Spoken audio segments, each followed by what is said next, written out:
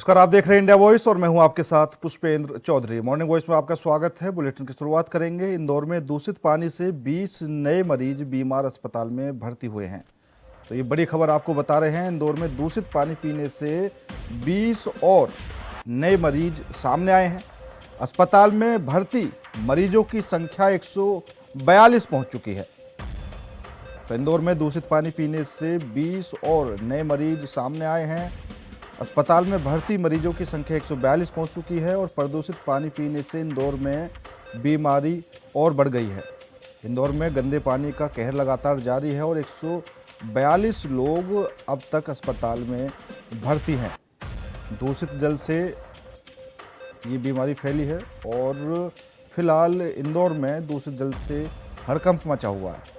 इंदौर में प्रदूषित पानी पीने से बीमार होने वालों की संख्या लगातार बढ़ रही है। ताज़ा मामलों में 20 नए मरीज सामने आए हैं, जिसके बाद अब तक कुल 142 लोगों को अस्पताल में भर्ती कराया जा चुका है। प्रभावित इलाकों में उल्टी, दस्त और पेट दर्द की शिकायतें हैं। स्वास्थ्य विभाग ने स्थिति को गंभीर मानते हुए प्रभावित क्षेत्रों में पानी की जाँच शुरू कर दी है और टैंकरों से स्वच्छ पानी की आपूर्ति की जा रही है। नगर निगम ने लोगों से उबालकर पानी पीने की अपील की है। प्रशासन का कहना है कि दोषियों के खिलाफ सख्त कार्रवाई की जाएगी।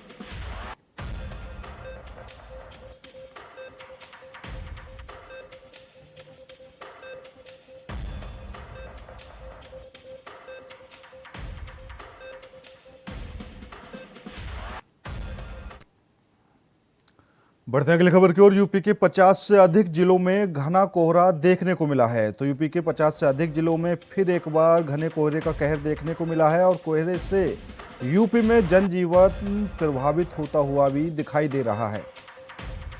कानपुर में शिमला से ज़्यादा ठंड पड़ रही है, तो कोहरे से यूपी में जनजीवन काफ़ी ज़्यादा प्रभावित दिखाई दे रहा है और कानपुर में शिमला से ज़्यादा ठंड दर्ज की गई है। कानपुर का पारा गिरकर 3.2 डिग्री सेल्सियस हो चुका है। तो वहीं वाराणसी में स्कूल कल तक के लिए बंद कर दिए गए हैं।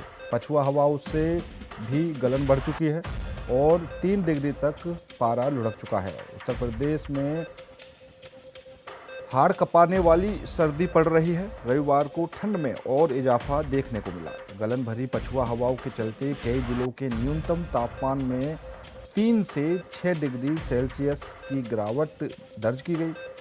दिन में भी गलन का प्रभाव कम नहीं हुआ है। वहीं पिछले 24 घंटों में सबसे ज़्यादा ठंडा शहर कानपुर रहा है, जहां का न्यूनतम तापमान 3.2 डिग्री सेल्सियस दर्ज किया गया है। इसके अलावा इटावा, बरेली, बाराबंकी, हरदोई, शाहजहाँपुर आदि जिलों में भी न्यूनतम तापमान 5 डिग्री से नीचे दर्ज किया गया है। मौसम विभाग के अनुसार आज 22 जिलों में कोल्ड डे का अलर्ट जारी किया गया है। वहीं 13 जिलों में घने कोहरे का ऑरेंज अलर्ट भी जारी किया गया है। तो यूपी के 50 से अधिक जिलों में एक बार फिर सर्दी का सितम देखने को मिला है, जहां पर घने कोहरे के कारण जनजीवन प्रभावित होता हुआ नजर आ रहा है।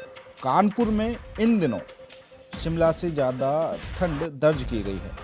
यूपी के 50 से अधिक जिलों में ये सितम देखने को मिल रहा है, जहां पर जनजीवन पर भी काफ़ी ज़्यादा प्रभाव पड़ रहा है और कानपुर की जो स्थिति है उसमें शिमला से ज़्यादा ठंड दर्ज की गई है। तो कोहरे से जनजीवन भी प्रभावित हो रहा है। आवागमन में भी दिक्कतें आ रही हैं और विजिबिलिटी भी काफ़ी ज़्यादा कम हो चुकी है। यूपी के 50 जिले कोहरे से प्रभावित हुए हैं और आम जनजीवन भी प्रभावित होता हुआ नज़र आ रहा है। आवागमन में भी परेशानी का सामना करना पड़ रहा है लोगों को। तो वहीं कानपुर फिलहाल सबसे ठंडा शहर दर्ज किया गया है, जहां पर 3.2 डिग्री सेल्सियस पारा दर्ज किया गया है।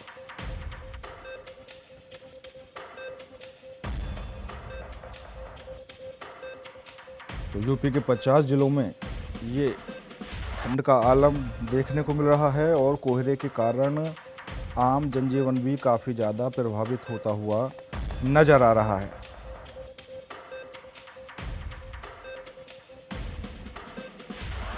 तो सबसे ठंडा शहर कानपुर रहा, जहां का न्यूनतम तापमान 3.2 डिग्री सेल्सियस दर्ज किया गया है। इसके अलावा इटावा, बरेली, बाराबंकी, हरदोई, शाहजहाँपुर आदि जिलों में भी न्यूनतम तापमान 5 डिग्री से नीचे दर्ज किया गया है। मौसम विभाग के अनुसार आज 22 जिलों में कोल्ड डे का अलर्ट जारी किया गया है, तो वहीं 13 जिलों में घने कोहरे का ऑरेंज अलर्ट जारी किया गया है और 50 से अधिक जिलों में ये कोहरे का असर देखने को मिल रहा है। तो उत्तर प्रदेश में एक बार फिर सर्दी का आलम देखने को मिल रहा है। रविवार को ठंड में और इजाफा देखने को मिला है। गलन भरी पछुआ हवाओं के चलते कई जिलों के न्यूनतम तापमान में 3 से 6 डिग्री सेल्सियस की गिरावट दर्ज की गई है। दिन में भी गलन का प्रभाव कम नहीं हुआ है।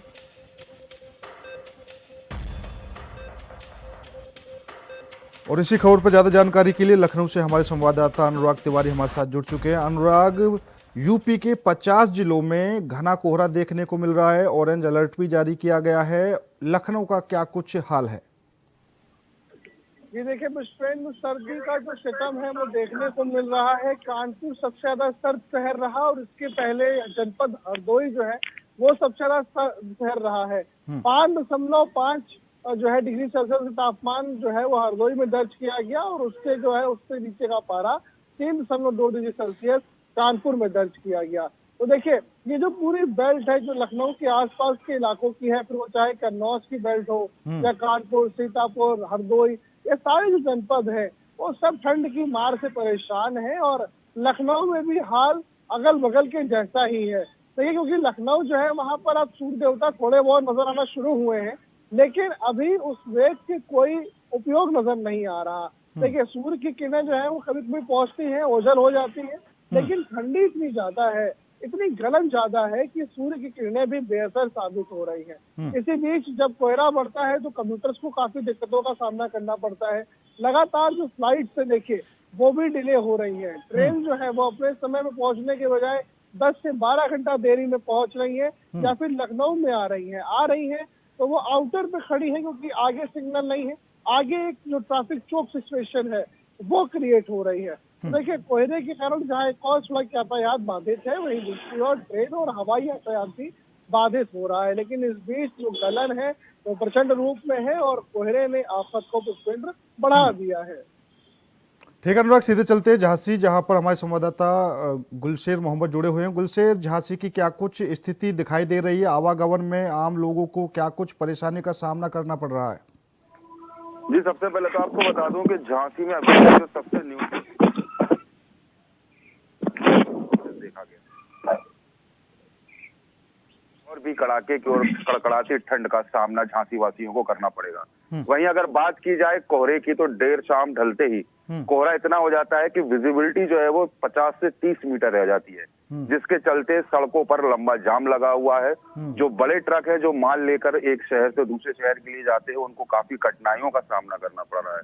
वहीं मृदुल चौधरी डीएम द्वारा सख्त हिदायत और निर्देश भी दिए गए हैं शासन प्रशासन को कि यातायात बाधित ना हो, हर तरीके से संभव प्रयास किया जाए। वहीं उन्होंने रेन बसेरों का भी औचक निरीक्षण किया है जहां पर लोगों को रात्रि में ठंड से बचाव हो सके। जी ठीक है गुलशेर, सीधे चलते हैं इटावा। संतोष यादव हमारे साथ जुड़े हुए हैं। संतोष, इटावा की क्या कुछ स्थिति देखने को मिल रही है? जिला प्रशासन की तरफ से क्या कुछ गाइडलाइन जारी की गई है और बच्चे और बुजुर्गों के लिए क्या कुछ उन्होंने प्लान बनाया है? देखिए कुछ अगर इटा की बात किया तो एस्टेब्लिश रूप से जो ठंड है वो अपने प्रचंड रूप पर है।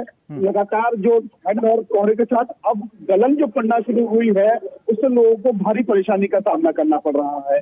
सबसे बड़ी बात यह है कि शाम होते ही कल शाम लगभग 7 बजे कोहरा इतना ज्यादा पड़ गया था कि लोग अपने घरों में कैद होने को मजबूर हो गए थे। जहाँ तक जिला प्रशासन की बात की जाए तो निश्चित रूप से जिला प्रशासन लगातार ठंड से बचाव के लेकर तमाम, चाहे अलार्म जलाने की बात हो, रेन बसेरों के इंतजाम की बात हो, वही जिला प्रशासन के जो मुखिया है जिलाधिकारी उन्होंने 5 तारीख को यानी आज तक छुट्टी का ऐलान किया था जो आज खत्म हो जाएगी। और वही प्रशासन तमाम दावे कर रहा है ठंड से बचाव को लेकर। आपको इसमें बता दें कि एटा का जो मौसम का हाल है, आज यहाँ पर 7 डिग्री सेल्सियस का जो टेम्परेचर है जो अपने मिनिमम है अब तक, और आने वाले दिनों में ये 5 डिग्री सेल्सियस तक जाएगा। वहीं जो एयर क्वालिटी इंडेक्स है वो 280 है, जो खराब स्थिति में है। ऐसे में लोगों को परेशानी बहुत ज्यादा हो रही है, और सबसे बड़ी बात यह है कि लोग अपने घरों में कैद होने के मजबूर है शाम के 7 बजे, क्योंकि कोहरा इतना हो जाता है कि उनको दिखना बंद होता है, क्योंकि मुश्किल से 20-30 मीटर का लोग देख पा रहे हैं कोहरे के चलते, और ऐसे में बच्चे और बुजुर्ग जो है उनको भारी परेशानी का सामना करना पड़ रहा है। जी बिल्कुल संतोष, और साफ तौर पर सीएम योगी की तरफ से जो निर्देश दिए गए थे कि जगह जगह अलाव की व्यवस्था की जानी चाहिए और जो रेन बसेरे हैं उनका भी डीएम द्वारा निरीक्षण किया जाना चाहिए, तो क्या कुछ बातें निकलकर सामने आ रही हैं? क्या कुछ अलाव की व्यवस्था वहां पर की जा रही है? देखिए, अगर एटा की बात की जाए तो निश्चित रूप से जिला प्रशासन की तरफ से और तहसील और नगर पालिका, ये सभी लोगों की तरफ से अलाव की व्यवस्था की गई है। जो शहर में बेस्ट जगह है, चाहे मेडिकल कॉलेज हो, बस स्टैंड हो, हाथी गेट हो, घंटाघर हो, तमाम बड़ी जो जगह है यहाँ पर अलाव के इंतजाम किए गए हैं। सुबह शाम को लकड़ी पहुंचाई जा रही है। वो अलग बात है कि कब पहुंचाई जाती है, जिससे कि आदमी रात में उसका सहारा ले नहीं पा रहा है। लेकिन सबसे बड़ी बात यह है कि प्रशासन इंतजाम तो कर रहा है, और तमाम रैन बसेरों को भी बनाया गया है। रैन बसेरों को बहुत अच्छा बनाया गया है, जहाँ पे लोग लगातार पहुंच भी रहे हैं रात में। जो जिला प्रशासन के अधिकारी है, उसमें सेक्टर मजिस्ट्रेट हो, जोनल मजिस्ट्रेट हो, चाहे उसमें अलग मजिस्ट्रेट जो बनाए गए हैं सुखन को लेकर, वो दौरा कर रहे हैं। लेकिन ठंड और इसका जो भीषण और प्रचंड रूप है उसको देखते हुए सारे इंतजाम नाकाफी साबित हो रहे हैं। जी ठीक है, उन्नाव से हमारे साथ निखिलेश भी जुड़ चुके हैं। निखिलेश, क्या कुछ उन्नाव की स्थिति है? पारा क्या कुछ दर्ज किया गया है और आने वाले दिनों में क्या कुछ देखने को मिल सकता है? जी देखिए, बिल्कुल आपको बता दें कि उन्नाव में भी ठंड ने अपना सितम जारी रखा है, और उन्नाव में जो तापमान दर्ज किया गया है वो अभी तक 7 डिग्री तक तापमान गया है। हालांकि उन्नाव प्रशासन की तरफ से लगातार रैन बसेरों का निरीक्षण किया गया, और जितने भी चौराहे हैं उन्नाव के, जो भी मुख्य मार्ग हैं, वहां पर अलाव की व्यवस्था कराई गई है। और उन्नाव डीएम गौरांग राठी लगातार अधिकारियों को निर्देशित कर रहे हैं। रैन बसेरों का उन्होंने निरीक्षण भी किया है कि ठंड में किसी भी तरह की कोई भी अनहोनी न होने पाए। सभी बुजुर्गों को कंबल वितरण प्रशासन की तरफ से किए गए हैं। जो भी रेलवे स्टेशन पर हैं या चौराहों पर जो भी हैं, उनको रैन बसेरों में सुरक्षित रखवाया गया है, और लगातार उन्नाव जिला प्रशासन इसमें कार्यरत है। और उन्नाव में जो ठंड है, कोहरे का असर भी देखने को मिल रहा है, जिससे यातायात भी काफी प्रभावित होता दिख रहा है। हालांकि आज जो मौसम है वो सामान्य दिख रहा है, और कोहरे की चादर नहीं दिख रही है, और सूर्य देवता ने अपनी आंखें खोल ली हैं। और मौसम, लेकिन जो गलन है वो बहुत ज्यादा है, और स्कूलों में छुट्टी 5 जनवरी तक की अभी फिलहाल की गई है जिला प्रशासन की तरफ से भी, और ऊपर से भी आदेश आए थे। और अब तो ये देखने वाली बात होगी कि अभी ठंड अगर और बढ़ती है तो स्कूली बच्चों जो हैं उन्हें सबसे ज्यादा दिक्कत होती है, क्योंकि सुबह के वक्त उन्हें स्कूल जाना पड़ता है। तो इसको लेकर जिला प्रशासन आगे भी छुट्टी कर सकता है। जी बिल्कुल अनुराग, क्योंकि बच्चों की भी बात हो रही है, बुजुर्गों की बात हो रही है, आम जीवन काफी ज्यादा प्रभावित है, तो ऐसे में यातायात को लेकर भी बात करना जरूरी हो जाता है। तो क्या कुछ यातायात को लेकर नियम कायदे बनाए गए हैं? क्योंकि जिस तरीके से हमने कुछ दिन पहले भी देखा, एक वीडियो वायरल हो रही थी, जो रोडवेज बसें थी वो भी बिना लाइट जले ही चल रही थी, तो ऐसे में पीछे वाले को पता नहीं चल पाता कि आगे कौन चल रहा है। तो क्या कुछ नए नियम बनाए गए हैं स्पीड को लेकर? ये देखिए पुष्पेंद्र, सड़क पर भी जो है वो कोहरा बेशक दिक्कतों का जो है लोगों को सामना करवाता है। ऐसे में लोग फ्लैशेस जला के चलते हैं या फिर लाइट जला के चलते हैं। लेकिन परिवहन विभाग की देखिए अभी हालिया एक बड़ी जो कमी है वो नजर आई थी, क्योंकि इतना बड़ा बस आप लेकर के कहीं जा रहे हैं, तो लोगों को लेकर कम्यूट कर रहे हैं, तमाम रास्तों पर कोहरे का समय है, और उस समय फ्लैशेस अगर आप नहीं ऑन करेंगे तो हादसा भी हो सकता है। देखिए प्रमुखता के साथ वो खबर इंडिया वॉइस पे दिखाई भी गई। बहरहाल इससे हटके अगर हम बात करें तो जो हमारे नेशनल हाईवेज है, देखिए मथुरा में जब से हादसा हुआ है उसके बाद मुख्यमंत्री स्वयं एक्टिव मोड पर चीजों की निगरानी कर रहे हैं। ऐसे में NHAI और यूपीडा से जुड़ने वाले जो हाईवे हैं उन पर पेट्रोलिंग बढ़ाने को कहा गया है। लोगों को फ्लैशर जलाने की हिदायत टोल प्लाजा पे दे दी जाए, ये बात भी कही गई है। और साथ ही साथ जो है वो लोग जब चले तो अपने लाइट्स को डाउन रखें, यानी कि जो लो बीम लाइट्स है उससे जो विजिबिलिटी है वो भी बेहतर रहेगी और सामने सिग्नल के तौर पर रहेगा। तो ऐसा कुछ एहतियातन बातें भी जो टोल प्लाजा है उस पर बता दी जा रही है। साथ साथ कोहरा अधिक होने की वजह से टोल प्लाजा आगे है, 500 मीटर पे है, 100 मीटर पे है, इस तरह के अनाउंसमेंट भी हो रहे हैं जगह जगह पर स्पीकर लगा करके, क्योंकि कोहरे में आगे दिखना मुश्किल है और लगा एकदम से अगर टोल प्लाजा या कोई ऐसा बड़ा स्ट्रक्चर आ जाएगा तो तमाम गाड़ियां रुकेंगी, हादसे के चांस बढ़ जाते हैं। तो देखिए ये कुछ सड़क सुरक्षा की पॉइंट्स हैं जिनको लेकर के मुख्यमंत्री स्वयं जो है वो देखिए मॉनिटर कर रहे हैं और पूरे स्टेट में ही लखनऊ के साथ साथ जो निगरानी है वो बढ़ गई है। ब्लाइंड स्पॉट्स का चयन, देखिए अगर मैं लखनऊ की बात करूं तो यूपीडा के बनाए हुए 2 हाईवे लखनऊ में आके जुड़ते हैं। एक लखनऊ आगरा एक्सप्रेस वे है और दूसरा लखनऊ से पूर्वांचल एक्सप्रेस से शुरू होता है गोसाईगंज से। वो वहां पे यूपीडा के देखिए कर्मचारी है, जो बड़े अधिकारी है, उनको पहले ही आदेशित किया गया था कि आप ब्लाइंड स्पॉट देखिए, क्योंकि आपके तमाम ऐसे हाईवे हैं जहाँ पर एकदम से बफर जोन क्रिएट होता है, जहाँ पर अचानक से फॉग बढ़ता है और उसके बाद लोग बिल्कुल शून्य दृष्टता हो जाती है। ऐसे में हादसे के चांसेस ज्यादा होते हैं। देखिए मथुरा में भी जिस स्पॉट पर हादसे हुए थे वहां पर ब्लाइंड स्पॉट जो है वो क्रिएट हुआ था और ब्लाइंड स्पॉट के बाद ही हादसे एक के बाद होते चले गए।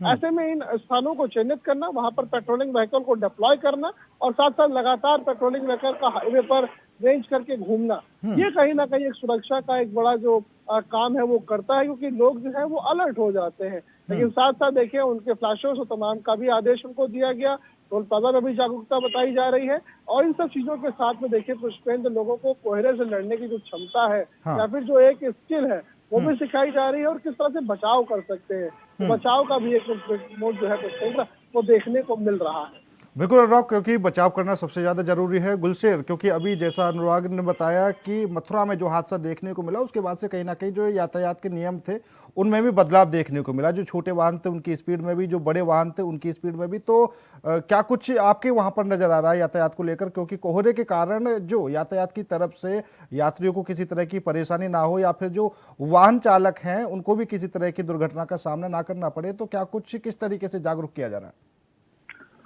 जी बिल्कुल, आपको बता दूं कि झांसी में इस समय जो नेशनल हाईवे है उस पर फ्लाईओवर का काम चल रहा है, जिसको लेकर काफी रूट डाइवर्ट किए गए हैं। वहीं शासन और प्रशासन द्वारा बिल्कुल सख्त हिदायत दी गई है कि यातायात को लेकर किसी प्रकार की कोई दिक्कत परेशानी ना आए, इसलिए हर 1 किलोमीटर पर एक छोटी सी चौकी का इंतजाम किया गया है, जहाँ पर पुलिसकर्मी और जो NHAI वाले हैं वो वहाँ खड़े हुए हैं। और रात्रि के समय जब घना कोहरा बढ़ जाता है तो उस समय जैसा कि बताया गया कि शासन द्वारा जगह जगह अनाउंसमेंट भी किए जा रहे हैं, ताकि जो विजिबिलिटी है वो कम हो जाती है तो व्यक्ति को सामने का जो चालक होता है उसको नजर नहीं आता है, तो अनाउंसमेंट के द्वारा उसको बताया जा रहा है। और अधिक कोहरा पड़ने पर रेड लाइट दिखाकर वाहनों को साइड भी किया जा रहा है, ताकि वो अपनी गति को धीमी कर ले या फिर रुककर थोड़ा सा इंतजार कर ले। अगर जब रास्ते से कोहरा हटेगा तब उनको आगे बढ़ाने के लिए बोला जाता है। वहीं अगर नगर निगम की बात की जाए झांसी में, तो थोड़ी सी कमियां देखने को मिल रही हैं। प्रशासन और शासन द्वारा सख्त निर्देश के बावजूद जो लकड़ियां हैं नगर निगम द्वारा वो रात्रि में डाली जा रही हैं। अगर बकाया दिन की बात की जाए तो लोग यहाँ पर बेन चौराहे जो है झांसी के, वहां पर कचरा जलाकर खुद को आग में तापने के लिए मजबूर हो रहा है, क्योंकि गलन और कड़ाके की ठंड बढ़ रही है। वही देखा जाए कि राहगीरों को इसका बहुत दुविधा और दिक्कत परेशानियां हो रही हैं। और मगर नगर निगम की तरफ से जो अलाव में इस्तेमाल होने वाली लकड़ियां हैं वो समय से और जगह पर नहीं पहुंचाई जा रही हैं, जिसको लेकर झांसी वाले लोग जो है वो काफी रोष में हैं। और काफी लोगों ने जो समाज सेवी हैं उन्होंने भी खुलकर इस बारे में बात की है कि नगर निगम को इस तरीके का व्यवहार इस समय नहीं करना चाहिए, क्योंकि कड़ाके की ठंड पड़ रही है। जी संतोष, क्या इटावा में भी इसी तरह का नज़ारा देखने को मिल रहा है? नगर निगम के द्वारा जो लकड़ियां डालने का समय है वो रात्रि में है और साफ तौर पर जो सीएम योगी ने कहा था कि अलाव के लिए अच्छी व्यवस्था की जानी चाहिए और जो लकड़ियां डाली जाती है उनको कोई और भी न लेकर जाए, ऐसी शिकायतें भी मिल रही थी, खुद सीएम योगी ने कहा था। उसमें आपने बिल्कुल सही कहा है। इससे पहले कई बार ऐसा हुआ, जैसे हमने आपको पहले बताया कि लगातार जो नगर पालिका और जिला प्रशासन है वो लकड़ियां पहुंचा तो रहा है, लेकिन वो कब पहुंचाएगा ये खुद प्रशासन ही जानता है, लोगों को नहीं पता है। दूसरी बात है कि वो जो क्वालिटी है और जो क्वांटिटी है लकड़ियों की वो इतनी कम है कि महज 2 से 3 घंटे में वो खत्म हो जाती है, जिसके बाद जो तमाम लोग हैं वो ठंड से मजबूर हो रहे हैं। जैसे हमारे साथी बता रहे थे झांसी से, तो समस्या यही भी है कि कई जगह पर ऐसा देखने को मिला है, तमाम लोग स्थानीय जगह पर जो चीजें उनको मिल जाती हैं वो जलाने को मजबूर है, उससे अपनी जो ठंड है वो बचाने को मजबूर हो रहे हैं। जहां तक बात की है यातायात को तो एटा में जो टोल प्लाजा है वहां पर लगातार गाड़ियों को रोका जा रहा है, उनको आगे नहीं बढ़ने दिया जा रहा, ताकि कोहरा बहुत है। तमाम बैरियर और चेक पॉइंट जो तमाम पुलिस की चौकियां हैं वहां पर गाड़ियों को रोका जा रहा है। साथ ही साथ जो नो एंट्री है वहां पर भी बैरियर लगा कर रोका जा रहा है। बताया जा रहा है कि कड़ाके के ठंड में और जब कोहरा बहुत ज्यादा हो जाता है तो ऐसे भी ना चले। तो तमाम जो इंतजाम है प्रशासन द्वारा किए जा रहे हैं, मगर वही कुछ चीजें ऐसे भी हैं जो सवाल के निशान खड़ा करती हैं। योगी आदित्यनाथ मुख्यमंत्री हैं, उनके निर्देशों के बावजूद। निखिलेश, क्योंकि कुछ यात्री ऐसे भी होते हैं जिनको कहीं पर जाना है और रात के समय में वो फंस जाते हैं, तो ऐसे में अगर उनको किसी तरह की सुविधा जिला प्रशासन की तरफ से दी जाए तो क्या किस तरीके से उनको वो सुविधा मिल सकती है, या फिर जो रैन बसेरे हैं कितनी दूरी पर रैन बसेरे बने हुए हैं, क्या कुछ जानकारी है? जी देखिए, बिल्कुल बता दें, क्योंकि जो उन्नाव में से राजमार्ग होकर गुजरा है जो कि लखनऊ और कानपुर को जोड़ता है, वहां पर भी व्यवस्था प्रशासन के द्वारा कराई गई है और वहां पर लगातार चेकिंग अभियान भी कराया जा रहा है और पुलिस की भी मुस्तैदी वहां पर यातायात विभाग के कर्मियों की मुस्तैदी की गई है कि किसी भी तरह की कोई भी अनहोनी ना होने पाए, अगर हो तो उसके चलते तुरंत वहां पर जो बचाव और राहत कार्य है वो जारी हो सके। और जो रैन बसेरे की बात है, वहां पर लगातार उन्नाव डीएम गौरांग राठी ने खुद निरीक्षण किया था और जिला अस्पताल भी रैन बसेरे की व्यवस्था की गई है, क्योंकि देखिए जिला अस्पताल एक ऐसा परिसर होता है कि वहां पर कई मरीज के साथ तीमारदार भी होते हैं और दूर दूर गांव से आते हैं। हालांकि इस ठंड के मौसम में जो मरीज को बेड मिल पाना ही बड़ा मुश्किल का काम होता है, उसके साथ जो तीमारदार होते हैं 2-3 लोग तो बुजुर्ग होते हैं, तो उनके लिए रैन बसेरे की व्यवस्था की गई है और वहां पर उन्हें रखा जाता है। तो हालांकि प्रशासन अपना काम कर रहा है, लेकिन कहीं ना कहीं कुछ खामियां भी देखने को मिलती हैं। जो भी अलाव की व्यवस्था है कि जो जहां पर पहुंचना चाहिए वहां पर अलाव सही से नहीं पहुंच पा रहा है, जो भी नगर पालिका परिषद के द्वारा है या जिला प्रशासन के द्वारा है। हालांकि निर्देशित तो कर दिया गया है, कुछ जगहों पर देखने को भी मिल रहा है, लेकिन लगातार जिला प्रशासन अपना कार्य पूरी तरह से कर रहा है। जी अनुराग, क्योंकि सर्दी का सितम है और ऐसे में कोहरे की मार भी देखने को मिल रही है, तो क्या किसी जिले की तरफ से किसी तरह की कोई रिपोर्ट आगे दी गई है कि रैन बसेरे बढ़ाने की और जो संख्या है वो और बढ़ाई जाए, जिस तरीके से लोग रैन बसेरों में आ रहे हैं, या फिर अभी तक जो इंतजाम किए गए हैं वो पुख्ता है? जी देखिए, रैन बसेरे का एस्टैब्लिशमेंट पहले ही सर्दी के शुरू होने के शुरुआती समय में ही किया जा रहा था और ऐसे में जो पर्याप्त मात्रा है रैन बसेरों की वो देखने को मिल रही है और उनमें जो सुविधाएं मुहैया कराई जा रही हैं वो भी पुख्ता मिल रही है। देखिए, हमारे झांसी और उन्नाव के साथी ने जिस तरह से बताया कि कुछ खामियां हैं, तो उसको खास तौर पे खामियां हैं अलाव की व्यवस्था को लेकर के।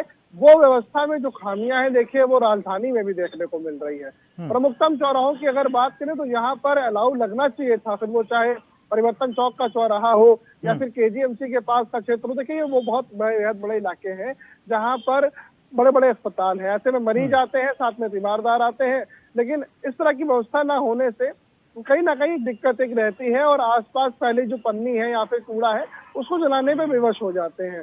तो लखनऊ में भी देखिए, अगर रैन बसेरों की बात करूं तो रैन बसेरे की व्यवस्था तो चाक चौबंद नजर आती है, लेकिन जो अलाव की व्यवस्था है उसमें कहीं ना कहीं सिस्टम का फेलियर देखने को मिलता है। देखिए, लखनऊ की महापौर है सुषमा खरगवाल और उन्होंने पहले ही आदेशित किया था कि 24/7 अब अलाव की व्यवस्था करें और लगातार वो आग जो है वो जलती रहे और तमाम स्पॉट जहां बनाए गए हैं वहां पे लकड़ियों की कमी ना हो। लेकिन देखिए, अधिकारियों की जो हीला हवाली है उसके चलते लोगों को पिटरल से होकर के गुजरना पड़ रहा है, क्योंकि मेयर है वो एक तरफ कहती है, वो आदेशित करती है कि लकड़ियां पहुंचाई जाए, व्यवस्थित करी जाए अपने अधिकारियों से, लेकिन अधिकारी जो है वो कहीं ना कहीं हीला हवाली वाले मोड में होते हैं और लोगों का इसका खामियाजा उठाना पड़ता है। तो रैन बसेरों की जो व्यवस्था है पुष्पेंद्र, वो तो चाक चौबंद है, 5 स्टार है, लेकिन 1 स्टार की व्यवस्था जो है वो अलाव की भी नहीं है।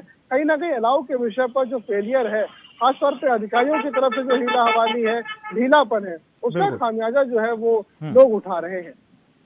ठीक है अनुराग, फिलहाल आप सभी का बहुत बहुत धन्यवाद मेरे साथ इस जानकारी को साझा करने के लिए। लेकिन कानपुर से शिमला तक ठंड का नज़ारा बना हुआ है और कानपुर में जो सर्दी दर्ज की गई है उससे कहीं ना कहीं आम जनजीवन पर भी काफ़ी ज़्यादा प्रभाव देखने को मिल रहा है। फिलहाल मेरे साथ इस बुलेटिन में इतना ही। बाकी देश और दुनिया की तमाम खबरों के लिए देखते रहिए इंडिया वॉइस।